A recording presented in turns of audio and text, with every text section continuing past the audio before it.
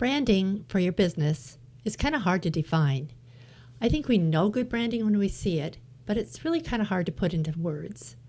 In reality, brand is something that other people define for you. You can't fully guarantee that how you shape your brand is how others will see it, but we as business owners can certainly influence our brand. That's why it's helpful to have done your branding homework, and that's just what we're going to talk about in this episode. If we haven't met yet, this is My Weekly Marketing, and I'm Janice Hossteiger. On this week's episode, I've invited Whitney Bateson. Whitney's a website designer and branding expert who will talk to us about what a strong brand looks like and how you can create one for your business too. But starting our conversation, she talks about what it's like to travel full-time. Yep, she travels the world working remotely from destinations such as Colombia, Portugal, and Indonesia. Pretty cool, right? Here's my conversation with Whitney. Hey, Whitney, thank you for joining me today, or this Thank evening, you. I should say, because where you are, it's evening, right? So tell us about where you are and Yeah. Thank you so much for having me. I'm in Lisbon, Portugal right now. So I am a bit of a digital nomad. It's not a term that I actually like a whole lot because I think it's very connotes the idea of like working from hammocks and kind of like jetting around, week to week, different places. But I like to call myself a full-time traveler. So I actually started traveling before the pandemic, a couple of years before it, and I've been doing it now. So for 6 years, just building my business, working around the world. My clients are mainly in the US and Canada and those kinds of areas. So I don't necessarily pick up business as I go, but I just take my computer and the internet. I'm good to go. that is one of the things I just love about technology now, right? I mean, Oh, yeah. definitely during the pandemic, it came in handy for sure. But the fact that you literally can work from anywhere that you have internet. Yep. Yeah. And Yeah. and And yeah. how long do you stay in places typically? So I traveled with my husband, who I actually met on my first year I did a travel program. It was a company, it's called Remote Year, and they organize travel and all the logistics for a year, or shorter if you want to do that with a group of people. And so I met him through that program. So I did not start this like on my own cold turkey. Definitely Okay. had an agency doing all the logistics. And then after you do it, it's called kind of like travel with training wheels. And then after you do it for a while, you start kind of getting into the habit of like, okay, this is how I can research a country, and I can, okay, this is how visas work. This is how finding a SIM card in a new country works. And, you kind of, you start feeling more comfortable. But so that was, for that time, it was 12 countries in 12 months. So it was one country a month for an Okay. entire year. That, We did, yeah, it was a lot. It was too fast. I mean, it was nice to see the world.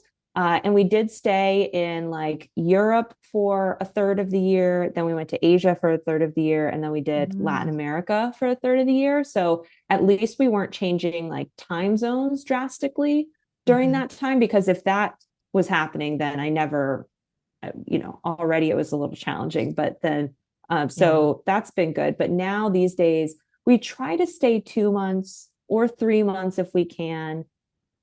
If longer, like we stayed in Panama recently for 6 months. We're going to Colombia next, and we're thinking, I'm voting for like, let's stay there as long as humanly possible, just because I'm a little tired and worn out. Right. Um, but Yeah. yeah, so, and like we were in Mauritius during the pandemic, and we were there for a year and a half.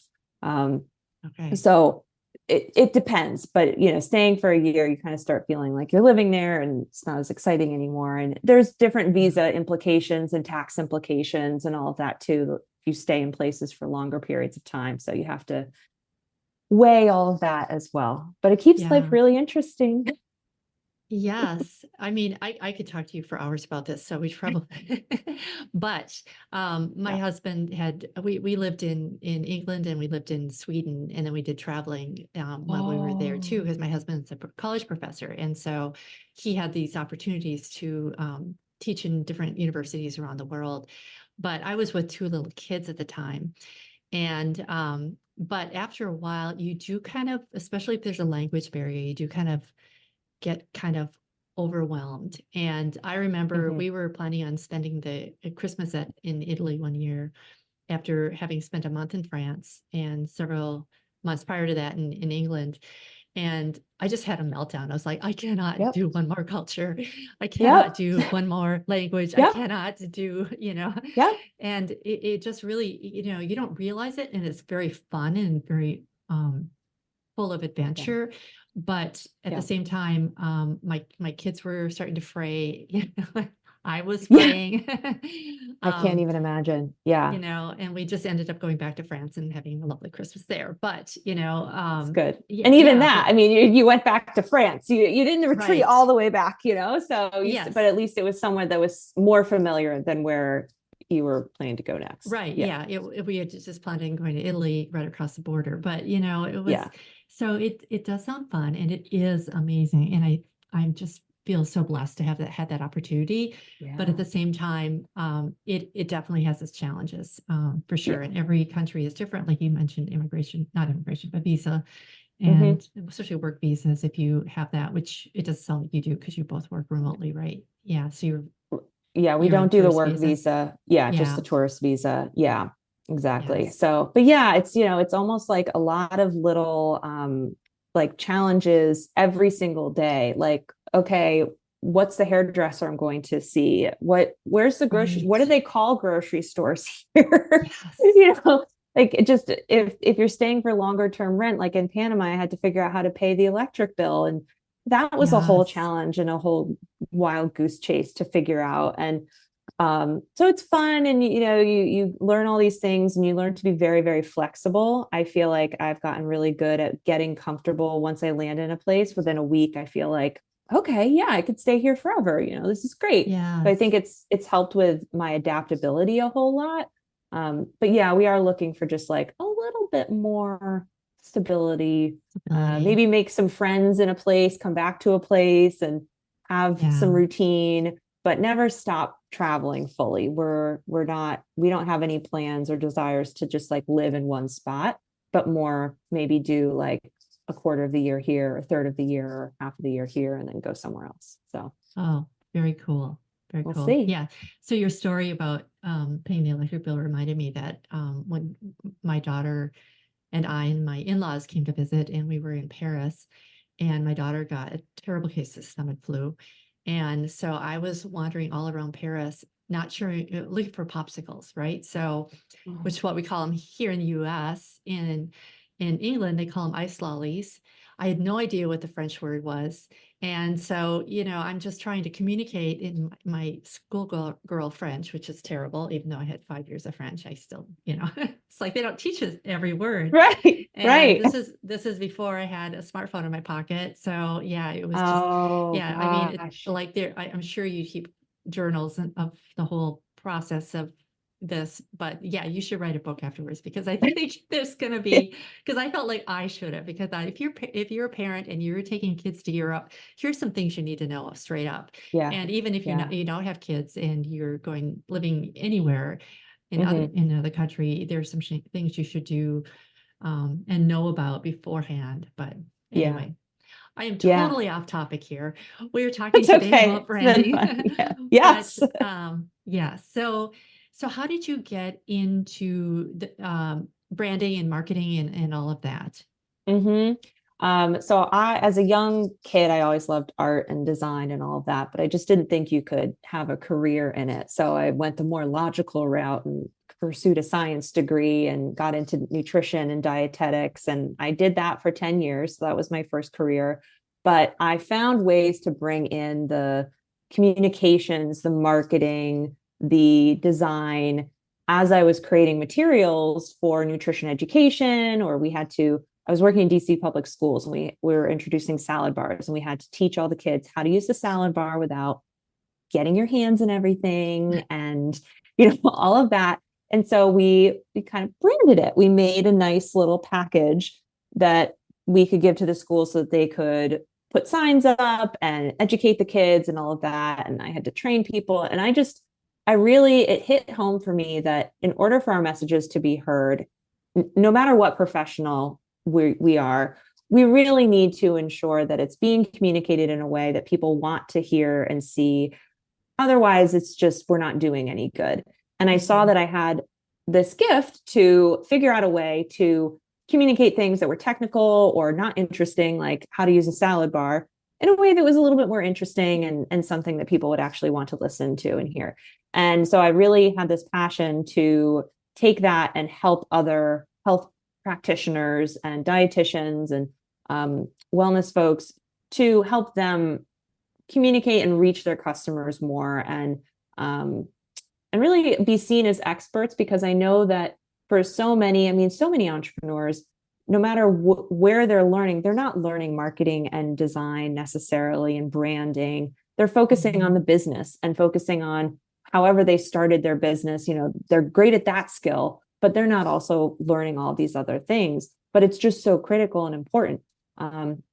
So I made the shift and started working in this field of branding and marketing and websites. I really enjoy the whole process of creating websites. And obviously, though, in order to have a great website, we need to first have a really great brand. So it was always important as I was working with clients to ensure that they were really clear on their brand and what they were trying to get across, because we can't create a powerful website until we have a powerful brand.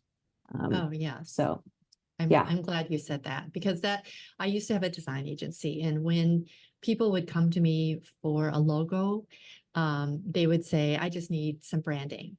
And I remember a couple of times where I would sit down with them and just start going in deep and talking about their mission and their vision and all the things. And they were a little put off by that because they just weren't expecting that, Yep. But a brand is not something that is a logo or fonts or colors, right? So talk to us more about how a brand is deeper than that. Right. So a brand begins with how you are positioning your business and who you are and all of that. And really a brand is how you want to form this relationship with your customers and how you're going to be showing up for them, and really allowing yourself to figure out, what is this great first impression that I'm going to be giving to customers? And then what can they keep expecting from this relationship as time goes on? It's like this roadmap of, okay, this is how I'm going to look in my business. This is how I'm going to speak in my business. This is just how I'm going to be. And it's honestly having that predictability, it's building trust. And, going back to parenting, if you're parenting your child and every day you're acting differently to them, like one day you're being all nice and sweet, and then the next day you're screaming at them, and then the next day they're going to just be like, what the heck is going on here? Like, this is so unpredictable. They may not say that to themselves, but they're definitely not going to, it's not going to be a good interaction. So, so we want our brand. Yeah, we want our brand to really be that predictable place, because we need our customers to build that know, like, and trust factor with us. And if we are not letting them know, hey, this is who we are, this is what you can expect when you work with me, then they're not going to trust you, and they're just not going to buy from you. And honestly, a haphazard brand at its worst is going to just completely repel customers and turn them away. And at its best, it's just going to bore your customers. So, okay, maybe your brand is okay. Maybe it's not sending people away, but it's also not connecting with them on that deeper emotional level. And instead they're, going away from the website, they're scrolling past you on social media, they're leaving the webinar that you started and, thought it was going to be great. And they're like, no. Because we're just not having that strong brand. So, the world is really crowded. Customers do have a lot of options. And so they're making these quick judgments. They're going off of their feelings and these gut reactions. And so our brand is how we stand out. It's how we get our customers to feel like we see them and we understand them. And really from that first interaction, and really make them feel like your business is tailor-made for them. Because our business is the perfect solution for our ideal customer out there. And we want them to feel like this was tailor-made for them, so that when they are hearing what you're saying, they're seeing your content, they are just saying like, wow, this is for me. How did she know that this is exactly how I'm feeling? This feels so comfortable. I want to just like devour the content, the emails that are coming out, all of that stuff. That's really what we want. We want people to feel like we read their minds. And that takes time. I definitely will say, when I was starting my business, I was like, I don't really know what people need. I'm taking guesses. And I think we all are taking guesses all throughout our business, as we're launching a new product or positioning ourselves in a new way, or maybe going after like a slightly different audience. We are going to have to make some educated guesses about, okay, what is it that our customers are going to resonate with when it comes to our brand? What is that thing that they need to see and hear? But the best way is to start and make a guess and work through a process to kind of surface those guesses and those best guesses. And then as you interact with your customers, you're going to be picking up little clues here and there of, oh, this is something that people are telling me they're really struggling with, or this is a phrase that they keep using about this. And then you can keep adjusting from there too. So. Love that. Yeah. There's a couple of things you said. First of all, you said that somebody will just know if it's right for them. And I love that, because so much of what we pick up on is not even rational thought. You may go to a webinar and just immediately know that this person's not for you, or go to a website and say, oh, this is not my thing, whatever. But it also has to be, I think, it has to be kind of a marriage between what they're looking for, but also you need to be true to your own personal brand and who you are. And for a lot of entrepreneurs, you are your brand, at least initially. Even bigger corporations, like there was so much of Steve Jobs in Apple, for example, right?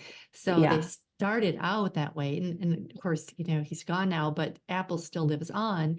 And they have a brand that really was, I think, hasn't changed a whole lot from when he was there, because it worked for them, obviously. Versus a brand that's more generic, for example.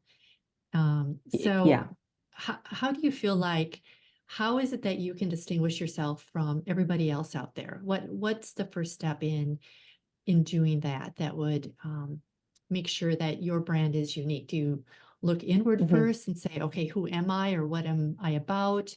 What's the process that you recommend that people do, like in your online course? Yeah, so I would recommend answering a couple questions, and these are going to be getting at kind of like what you were mentioning with the mission and vision and all of that. And then they're going to help you start forming that idea of like what your business is about and what your brand is about. So first off, who your ideal customer is.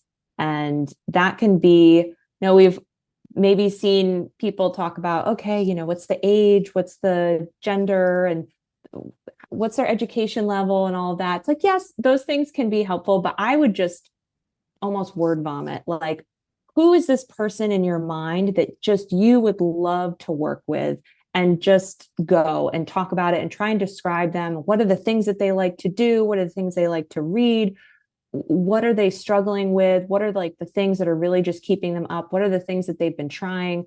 So getting at that understanding of your ideal customer, which, funny enough, similar, I had these experiences when I was doing custom work in the past where people wanted branding, and I sent them a questionnaire to get started. And this is now the questionnaire that I give our students in our course, but it's asking these deep questions of like, who's your ideal customer? And I think it's surprising that there's a lot of businesses that actually aren't that clear about who their ideal customer is. So that's really important. That's then going to keep driving it forward. So what they're struggling with, what their needs are, all of that. And then thinking about, how is your product or service meeting those needs? What is the thing that you are doing that is addressing that problem? And then how is what you're doing different than what's out there? And you could go about that a few different ways, but you could just be talking about the things that your customers have already been trying that haven't been working for them. And that's why your solution is the solution that's going to work for them.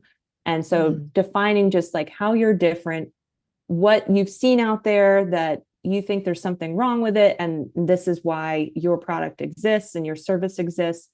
Because I think every business owner, if you do talk to them and you say, why did you start this business? Why are you so passionate about this? They're all going to have some kind of deep personal story about what made them want to start that business. And I think that that's really a great place to go and explore, because that is similar to what you were saying about your brand is you when you're getting started. Your brand is going to come from your heart. Why did you start your business? Why are you so passionate about serving this person with this solution? And the more you can just kind of get that written out and teased out, I think that's really going to help.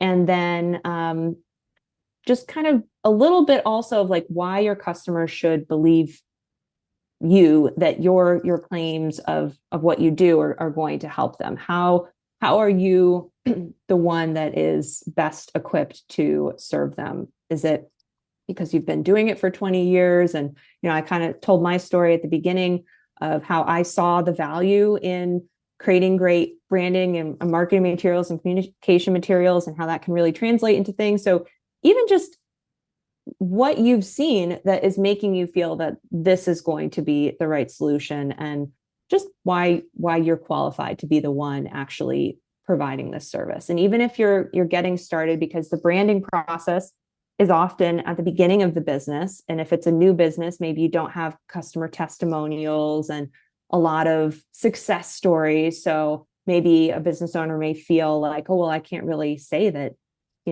why should they believe me? It's like, well, there's something in your background that has made you get up to this point that you feel confident that you can get this business going and help people. So what is it that you've done? And I think that's also having those unique perspectives is what creates the uniqueness of your brand and the uniqueness of your business. If you're just going off of, okay, I'm just going to, it's a moms with kids, I want to give them meal plans, and it's better because there's the other meal plans out there aren't good. Why do I want to do this? I don't know. I just need to make some money. Why am I equipped? I know I've made meal plans for myself. Like, there's no heart there. So you're not going to differentiate from the competition because you didn't really connect yourself emotionally with your brand. So you have to kind of form that connection. And then that is the connection that we're then going to put into the rest of our brand materials. And as the brand expands out into visuals and copy and all of that kind of stuff. How do you feel like, okay, if I have a small business, and maybe I kind of went and kind of followed somebody else that was a little more successful, and I feel sort of like I adopted their brand a little bit. How do you know if you have a strong brand, or first of all, I would ask you, is that a good process? But we all know that's not, right? Yeah. Because a brand is what sets you apart, right? So if you're following somebody else, and I think we all do that, especially when we're first starting our businesses, we'll look at another website and we'll say, oh, I love this website. I want to make one just like that. Or a logo that you really like, or the colors or whatever. So how do you know if your brand is truly effective, or what, is there a way to know, or how would you figure that out? Yeah, I would say first, if you didn't go through the process that I just talked about with asking these questions and having all of that information when you went into then your visual branding process. So we'll just talk about the visuals of, even though we've said like brand is more than, but yeah, if you went into that visual process of like, okay, I'm going to pick these colors because maybe it's a slightly different shade of green, but generally I'm kind of picking the same colors that I've seen out there. If you're just picking them just because you saw a competitor use those, then that's not going to line up and match well, because you didn't take the time to say, okay, this is what my business is about. now I'm going to select the visuals based off of how I want my customers to feel. Because you start, after you create your brand personality and that positioning, you're then going to start thinking about, well, how does this extend now into the aesthetic that represents this feeling?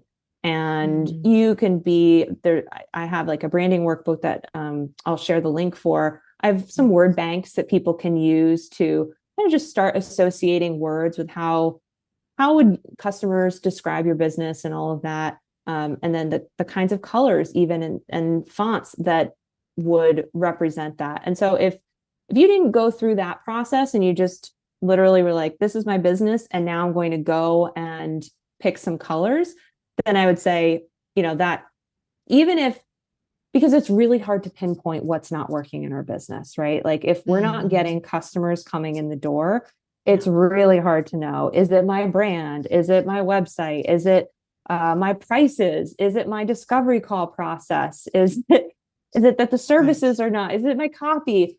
I think the best thing that we can do is look at more of these tangible things of, well, did I go through the process of clarifying my brand? If I didn't do that, then I need to do that. If you did go through that process and you came up with a brand and you're still not sure, is that brand working for me or not? I would say, I would look then at some of these other things I just mentioned, like what are your services? Who are you selling them to? Are they really addressing a problem? Can I get even more specific in how I am describing them or who I'm selling them to? Am I getting them in front of enough people? And then take those ideas of, okay, these are some other things that are like the tangible services and all of that. And then look at your brand and say, okay, is my brand going to support me in getting these services really looking good and being clear? Is it that I have no brand voice and that I didn't get clear on how the kinds of words that I'm using to describe things to my customers? So maybe it's just picking little pieces of where your brand is maybe not so strong, or it needs to be modified a little bit in the different parts of your business, versus just being like, well, I need to rebrand because I'm not getting any sales. Although I don't think most people go to if they're having sales issues, I don't think most people like look at their brand. Go to the branding. No. I think a lot of times people will grow tired of their brand, or at least their brand components, before their customers ever will. Because we look at our websites all the time, we look at our logo all the time, and we may say, oh, it's just time for something fresh. But that may not necessarily be the case. In fact, it can really work against you in some cases, where even the huge corporations, if you look, I'm trying to think of companies that have been around for generations, that when they rebrand or